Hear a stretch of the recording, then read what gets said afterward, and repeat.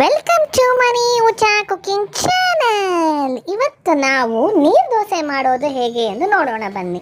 ಮೊದಲು ಒಂದು ಮಿಕ್ಸಿ ಜಾರ್ಗೆ ಒಂದು ಅರ್ಧ ಚಿಪ್ಪು ಆಗುವಷ್ಟು ನಾವು ತೆಂಗಿನಕಾಯಿ ತೊಗೊಂಡಿದ್ದೀವಿ, ಅಂದರೆ ಒಂದು ಹಿಡಿಯಷ್ಟು ತೆಂಗಿನಕಾಯಿ. ನಂತರ ಅದಕ್ಕೆ ನಿಮಗೆ ರುಚಿಗೆ ತಕ್ಕಷ್ಟು ಉಪ್ಪು. ಈ ನೀರು ದೋಸೆಗೆ ರೇಷನ್ ಅಕ್ಕಿ ಬಳಸೋದು. ರೇಷನ್ ಅಕ್ಕಿನ 4 ಅವರ್ ನೆನೆಸಿದ್ರೆ ಸಾಕು. ಇಲ್ಲ ನೀವು ಬೆಳಿಗ್ಗೆ ಮಾಡ್ತಿದ್ದೀರಾ ಅಂದರೆ ರಾತ್ರಿ ನೆನೆಸ್ಬಿಟ್ಟು ಬೆಳಿಗ್ಗೆ ಮಾಡಬಹುದು. ರೇಷನ್ ಅಕ್ಕಿನ ಸೊಸೈಟಿ ಅಕ್ಕಿ ಅಂತೀವಲ್ವ, ಆ ಅಕ್ಕಿ ಇದು. ಆ ಅಕ್ಕಿನ ಚೆನ್ನಾಗಿ ತೊಳೆದು ಬಿಟ್ಟು ವಾಶ್ ಮಾಡಿಬಿಟ್ಟು ಮಿಕ್ಸಿ ಜಾರಿಗೆ ಹಾಕ್ಕೊತಾ ಇದ್ದೀವಿ.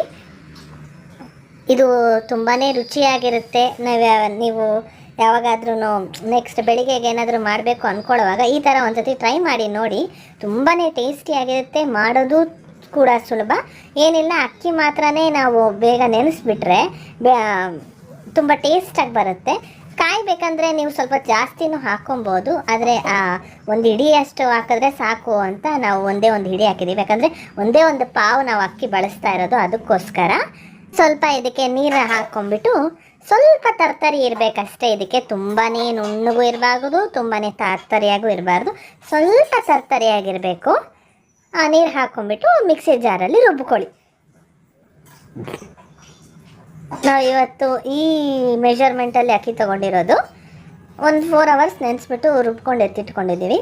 ಈಗ ಏನದು ತವ ಚೆನ್ನಾಗಿ ಕಾಯಬೇಕು.